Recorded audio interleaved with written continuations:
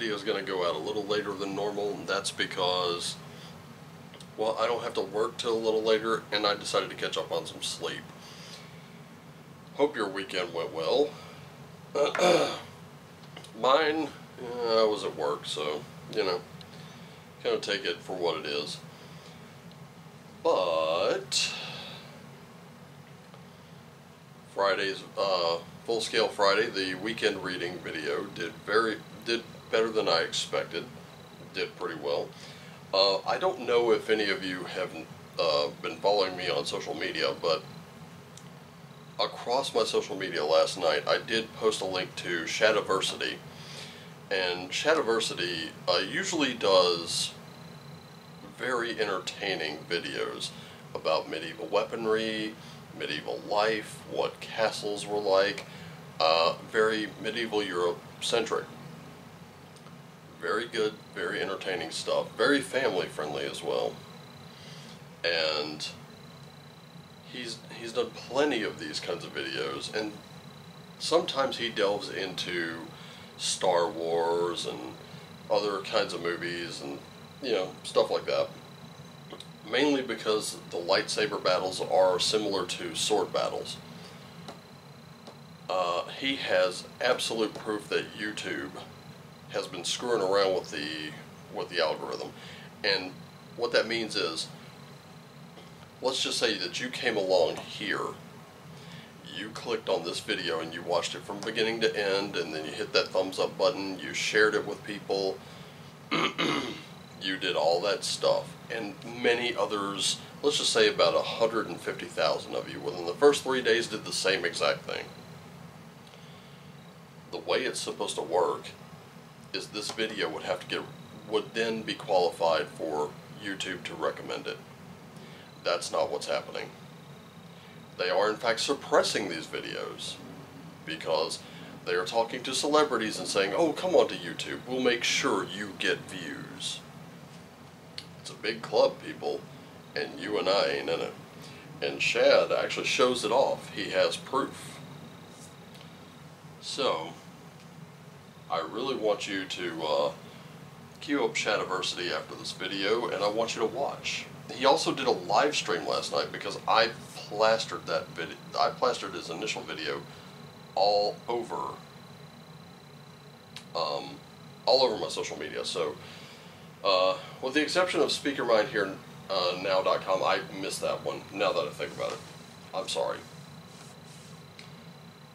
Anyway, I went and I hung out on his live stream and more or less pitched in a couple of comments that never got any coverage, and just generally hung out and watched and just listened.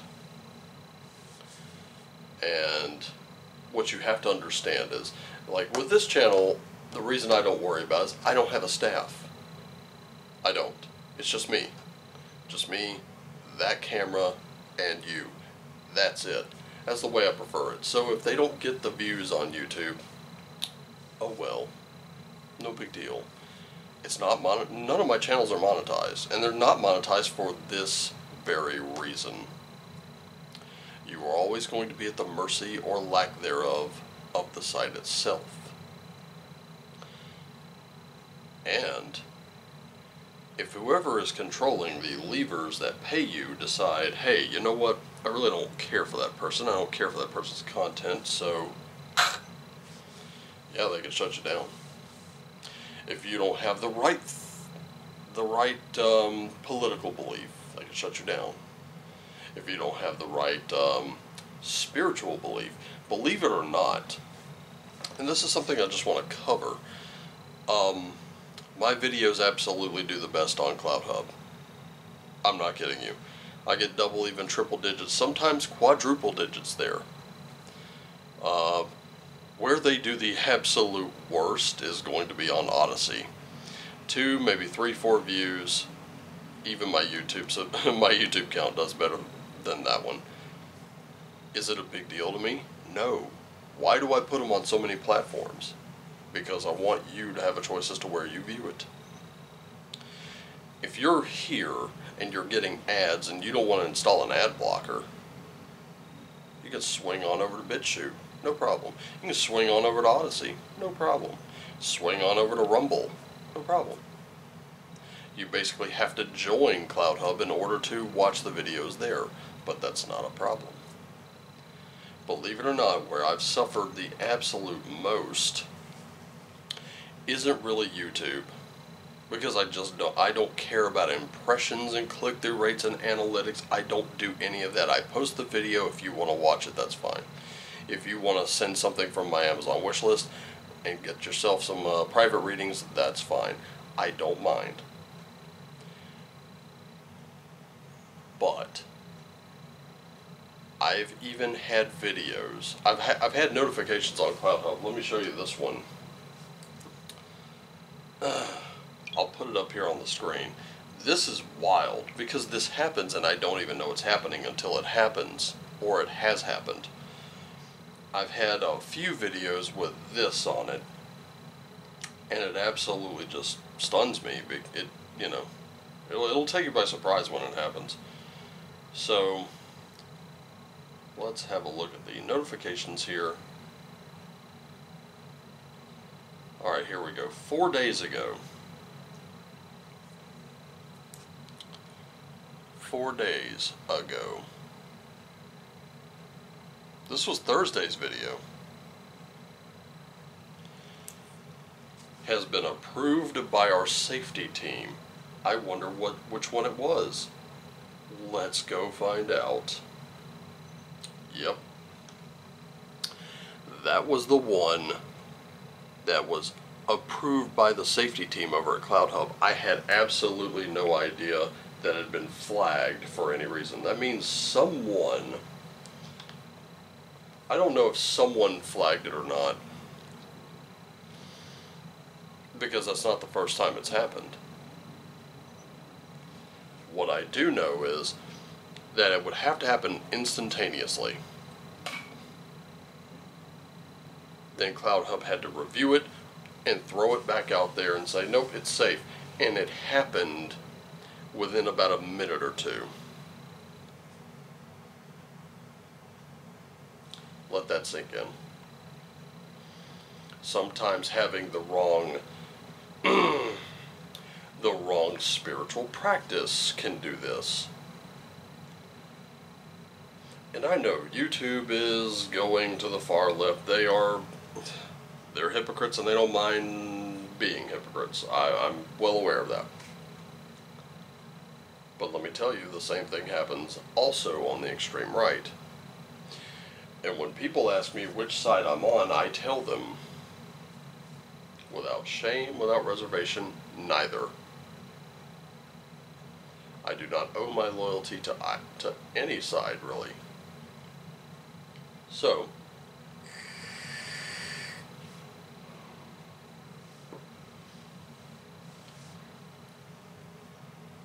I do have some sympathy for Shad. I understand what he's going through. I suggest everyone jump on board and tell YouTube this is unacceptable.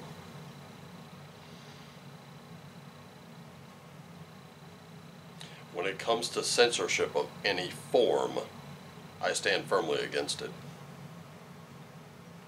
Every time, no matter who it's against. Make of that what you will. Anyway, time to get down to it, shall we? Oh, there is something I wanted to show you before we get on with this.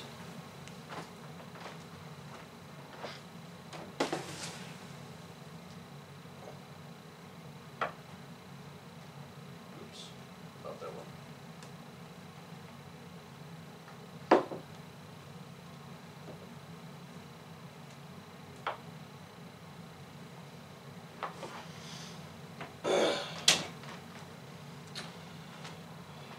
As many of you know, I did the video on Drive-Thru RPG's censorship of a certain book, and I'm going to show you something.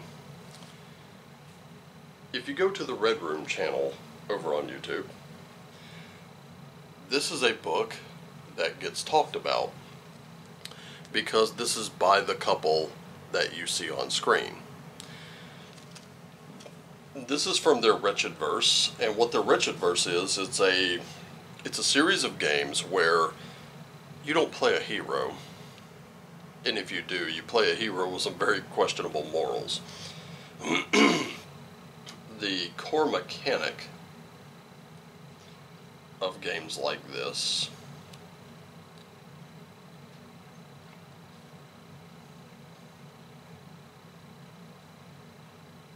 is more than a genre. Exploitation is a concept which includes movies in many other genres and subgenres, commonly based on society's prohibitions and taboos, themes such as sex, extreme violence, drugs, rape, torture, nudity, and gore.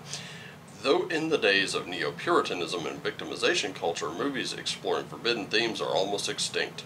They've existed since the early days of cinema and were popular in the golden age of Hollywood in the 1930s before the Hays Code was introduced.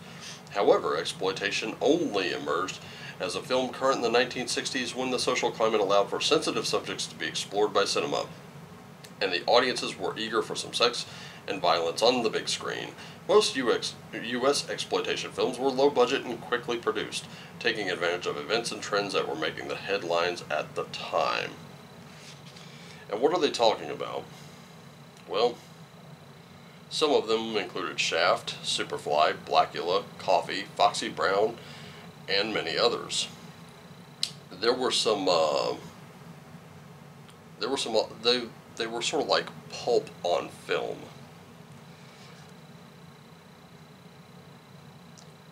There was also stuff like Ilsa, She-Wolf of the SS, Night Porter, so on and so forth. And guess what? This game kind of explores that. So their selected filmography is extensive. There was Cannonball, Live Like a Cop, Die Like a Man, Ilsa, Harem Keeper of the Oil Sheiks, Ilsa, Tigress of Siberia. Let's see what else. I Spit on Your Grave from 1978. Mad Max is one of them. Prom Night, Dress to Kill, Cannibal Holocaust, Evil Dead, Death Proof, Planet Terror, Machete, Bad Taste, 10 to Midnight, Last House on the Left. Starting to get it. So this is a game based around very shocking themes. Among them, they produced an adventure for one of these, and it was none other than this book right here. It is still under review by DriveThruRPG as the time of making this video, and this one's selected filmography: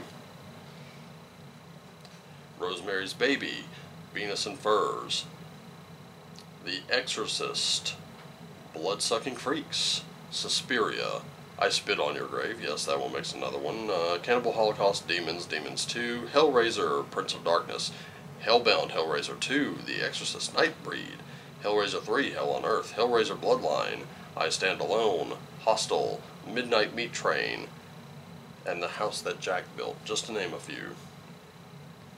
So this particular adventure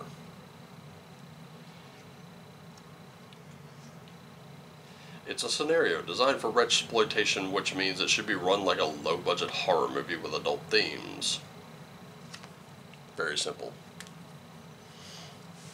I guess because they put the term sexual in the title, it was ripped down. Now, I got these from Lulu.com, so DriveThruRPG, stuff like this, censoring, that's the reason I canceled my account, and they will never see another dime of my money ever again. So,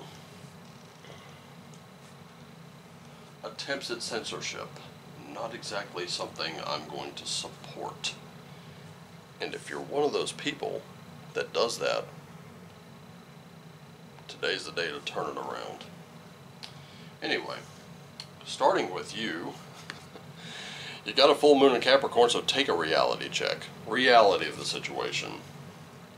Let's talk about reality for just a moment. First off, this is a game. It's not meant to be taken seriously. As a matter of fact, any low-budget grindhouse horror or exploitation movie, you cannot take it seriously. It's got too many plot holes. There's just not enough in there that works. So what do? View it for what it is. It's just entertainment. And if it's not your brand of entertainment, skip it. Do the sane, rational, mature thing and skip it. But it's time to put your thoughts next to reality and do a comparison. If your thoughts are, let's give your, something Brandon Routh said in a podcast. He said the way he thought it worked was he got to play Superman, so now all these doors would open for him, and he didn't feel the need to read scripts a certain way. He didn't feel the need to audition a certain way. He didn't feel the need to realize that he still had a lot to learn. He got fired from a soap opera. He got and lost a sitcom. And he was wondering, why is this happening to me? And then he realized he had to kind of go back to square one. He had to kind of understand that he wasn't exactly be all end all. It was, stuff that's very eye-opening, and now his career is doing better. He may not be A-list, but we've all heard of him. We all know him because he did play Superman in Superman Returns. So there's getting what you think you deserve, being denied what you think you deserve, versus do you actually deserve it? What have you done to earn it? Alright, with that in mind, let's have a look at all three of these cards. I've run way over what I should have.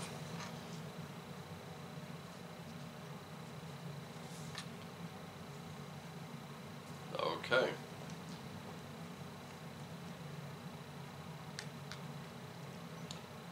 Man, that's good tea. Okay, so what are you so afraid of? That's what releasing your blocks is all about. You're going to have to start confronting your fears. You're going to have to start facing them. You're going to have to look at them and say, what is this? Why am I afraid of it? I'll tell you one thing, I'm afraid of snakes. That is one of my biggest phobias. You want to know why I'm afraid of snakes? Because anything with a long tubular body that moves faster than I do and can kill me, to me is unnatural. I know they occur out in nature. Don't bother. Don't bother lighting up the comment section with it.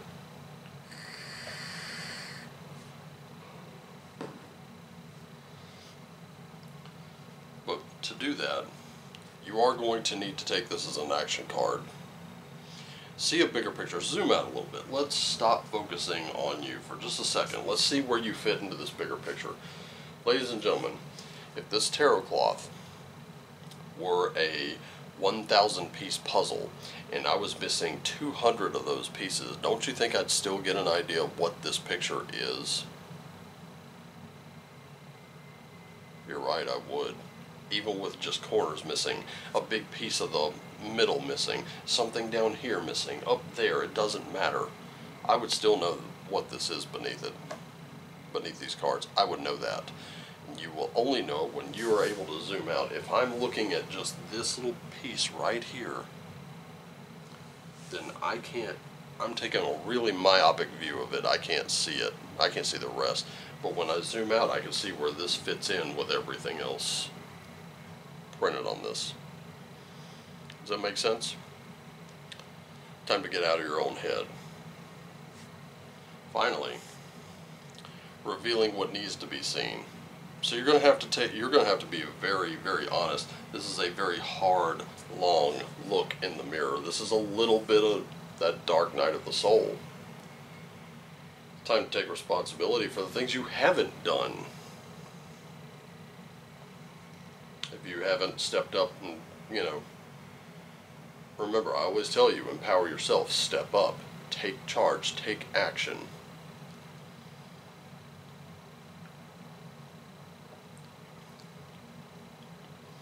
You don't know what you don't know. And you're going to have to admit that to yourself. And sometimes you will have to admit that to others.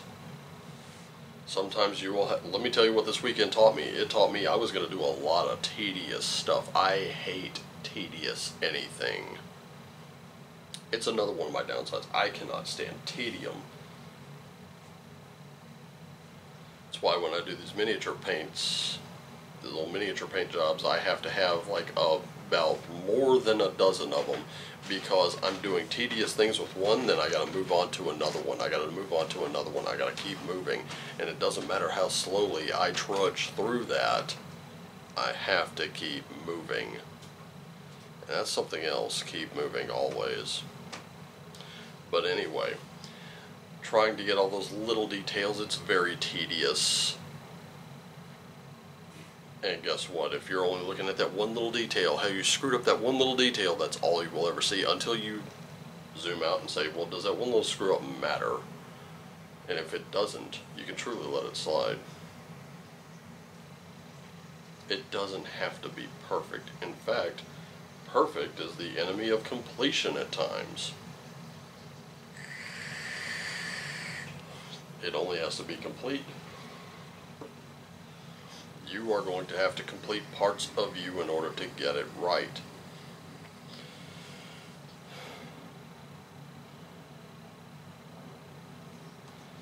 It's like learning any musical instrument, primarily something like guitar, something with strings. You're going to have to get your accuracy down before you can start building up that speed, right?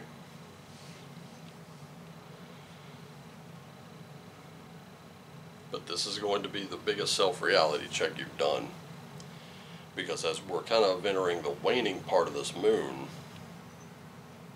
it's time to reflect. It's time to know who you are. And it's time to know where you're lacking. Only when you know where you're lacking can you fix it. And once you fix it, you're better than you were a couple days ago, a couple months ago, a couple years ago, a couple decades ago. You probably won't even notice the change until a lot of time has passed. But keep at it. Do this one occasionally. Just take a good hard look in the mirror. Realize, yes, you're good enough. But you can always be better. Alright, so that's it for me. I'm going to go ahead and get this thing edited and out to you. I'm sorry let me apologize first to my BitChute subscribers, because all of you did not get that weekend reading. I'm sorry about that. The reading ran over what I wanted it to, and even with cutting off part of it, I couldn't get you the complete reading because the file size was too big. Again, my apologies for that.